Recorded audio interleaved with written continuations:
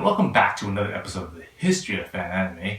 I'm your host, Chow, and in today's episode, I'm going to go and cover basically how we knew what the anime was about in the days where we didn't have subtitles. Okay, so basically, back in the early 90s, okay, a lot of the anime that we get wasn't subtitled. It wasn't even dubbed in English, okay?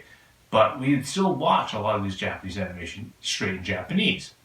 Now, this, of course, has the problem of that, well, how to get new fans interested in Japanese animation when everyone's still talking Japanese and you don't understand what's going on in English.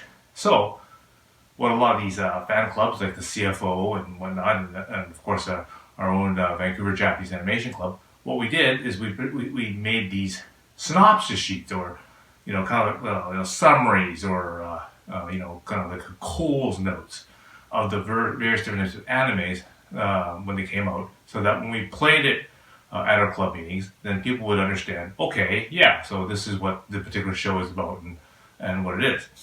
What eventually happened is that these information slowly got compiled into larger volumes, and then basically when conventions happened, then these conventions would put out big booklets, basically outlining, hey, this is what the anime is about, this is what time we're going to play it, and whatnot. So I brought a few examples of some these, synopsis sheets or books that came out that basically helped us in the beginning to, learn more about Japanese animation and learn more about the shows before we're going to watch it, okay? In the early days, our fan clubs basically had different, resources materials available to us from different various members who would write articles about various different animes, okay? And then they'd basically give it out to the, local animation club, and then that animation club could then spread that information out, via newsletters and that kind of stuff. So one example was this one here, okay? Just a standard photocopied, paper sort of newsletter. Okay, and this particular episode focuses on the series Zeta Gundam. Okay, it's an episode summary guide for Zeta Gundam. It's written by Ed Connell. Okay, and this is what put at the CFO Bulletin, Volume 3, Volume 1, back in 1987. Okay. Ed put this Zeta Gundam summary sheet together, and he gave it to basically the local CFO chapter that he was in, and then they basically distributed to all the various different other CFO chapters. Again, from a previous episode, the CFO stands for the Cartoon Fantasy Organization, which is this sort of network of basically different animation clubs and that kind of stuff all across America and in Canada and whatnot. Okay, and across the world, even to the world. Okay. So that's how we, started to do information exchanging.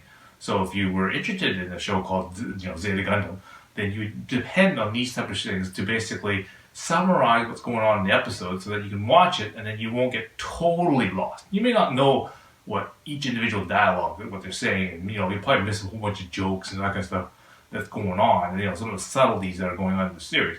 But if it was important, then it'll make a mention of it in the notes, so that you would be able to figure that out and add that into your knowledge, okay? Also, what also happened is, again, when Arctic Animation and when I did all the subtitles for Orange Road became, immensely popular. It's I get lots and lots of fan mails telling me about how Orange Road has changed, their life and how it's influenced what they've done. It's, it's one of the greatest animes that they've seen, whatnot, okay? Other things that they've done is these fan groups, okay? One of the fan groups that came out is something called the Orange Roadies, okay? Okay, so this is a fan group or fan club headed by Kevin Quinn out of San Diego, okay? And so he sent me this thing, and basically it's a fan, sort of a newsletter for people who are interested in Orange Road. And at the end of it, right, they actually have a translation of the manga, okay? And all they've done is basically photocopied the manga, basically, liquid papered out the dialogue that's in the boxes, and then basically, typeset or typed in some new dialogue into these actual things. Okay, so again, in the early days before scanlations and all kinds of happen, this is how we were getting the translations for these mangas. Okay, they're just basically basically manually and hand done in these different basically fanzines like this. Okay. Later on, when conventions started happening, these conventions would have these, featured anime rooms, or, you could go to an anime convention and see anime presented at a convention. Of course, nowadays, most people just go to conventions to do cosplay and buy stuff. But in the early days, you would actually have to go to conventions to actually see anime, okay? Because again, if you didn't have a tape trading or that kind of stuff, then there's really no way that you could see the anime other than just some pictures, obviously here and there, or just some descriptions about what it is. This way, in a lot of these conventions, you can actually go to the convention, sit down, and they'll actually play the anime for you. But before they could play the anime for you, you'd have to know what it's about. So, for example, at the San Diego Comic-Con 1990 edition, they basically printed out a separate Japanese animation booklet. Okay, so if you go to San Diego Comic Con, sure they give you the standard Comic Con, sort of a book for the entire convention, but you also got this special Japanese animation book. Okay, and in this book, okay, it will give you basically a written, go through a synopsis of, for example, Project A-ko. Okay, and to tell you that Project A-ko is going to play on Thursday at 6 p.m. and this is what Project A-ko is going to be about. And then, you would know that, that sounds like an interesting movie, I'll go and see that. Or, flip to another page here, Nadia, is going to be showing at this time. So you could read up on what Nadia is about, and then you can go into the room and, find out, this is what Nadia is about. So this is how, conventions were done at this early stage, is because, there's no, all these shows, like Nadia, for example, may not have had subtitles, or may not even be English dubbed at this time. They're just going to play a raw Japanese version out there, and this is what you got. Okay, here's another example. Okay, lots of 5-star artwork here, but it is indeed the Capricorn Anime Guide for 1991.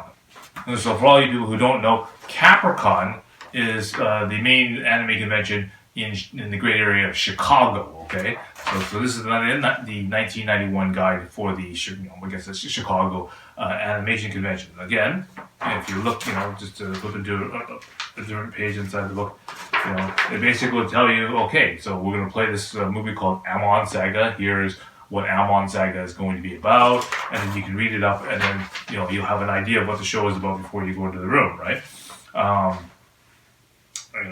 They have different things. For example, Zero Rhymer. Probably hates Zero Rhymer. It basically has different episode summaries are going on here, and some of the stuff is somewhat detailed, right? To read through first a little bit. A young boy runs through the streets at night, pursued by several men. When he asks what they wanted to know, they threw him to the ground. He looks up, sees a young woman there. What's the matter? Don't you know what's happening, Masato? And so basically, so they give you some description of what's going on in a storytelling type, synopsis way. And they also have a little bit of dialogue if it's very important, and then they'll put it in there. And of course, they won't put everything, because that would take too long. But I mean, this gives you a good way to kind of go over everything, like put it quickly, okay? So that's what happens when they do it for conventions and that kind of stuff. Later on, it became noted that we could actually put all this stuff and compile it all together into a book. So they made something called this. This is called the Anime Zanai Presents the Ultimate Synopsis Book. So this, basically, all these things are synopses, or summaries, if you will. And this group called Anime Zanai, I guess they're trying to copy my store's name, which at the time was Anime Janai, which is the theme song for Double Zeta Gundam. So that's kind of I guess how they wrote it. Presents the Ultimate Synopsis Book, and again the same idea. So you flip into a random book here. Here's something for Dominion Tank Police. Okay, And basically, it goes through and tells you what's going on and that kind of stuff in the show. With a little bit of dialogue, sure. Here's one for, Dream Hunter Rem, okay? And basically, it's a pretty big, long, sort of thick book. Just to flip to the, okay. I'll flip to the table of contents here. And so you can see, it's got a fairly big, long list of different animes and that kind of stuff available for people to, to look at and basically get an idea of what it is. So again, if you're interested in following some information, you can find something like that, okay? And eventually, even at the time of up to Anime Expo 95, okay, they even produced this kind of a booklet, okay, where they basically compiled everything into a nice, concise book. This came out again, as you can see, Anime Expo 95 was the big release date for this thing. And again, the same idea, right? So, it shows like Blue Sea, for example, so you can see what's going on in Blue Sea, who some of the characters are. Here's a page for Irresponsible Captain Tyler, which is a cool anime. And so, yeah, a big summary of that. Here's a quick little, index of what's available here. So you can see that, there's Jubei, there's Gatchaman, Hummingbird, Pat, Labor the Movie, Please Save My Earth, Taiho Suzaozo, which is, You're Under Arrest, some Zeta Gundam, all things like that, all in this kind of book. So, there was money to be made, and that's why they made these things at an early time. Of course, this was just at a time where the computers were just not quite fast enough and not quite there to make it fully subtitled. And again, this is when, we really started, picking up and really getting into this fan subbing. And so more of the anime was available as fan subs, and more of them, became, dubbed and picked up by commercial companies, and that's, of course, made these books obsolete, and, made basic anime more and more available to the masses, because now companies are picking them up, subtitling them, dubbing them, and making them readily available, okay? So, what you want to do right now is you want to go below here, and you want to click like and click subscribe, and you'll get more episodes as I bring out some more of this, nostalgic sort of memorabilia, then go over what their purpose was, in the early ages of fan anime. Okay? So, until next time, see you again.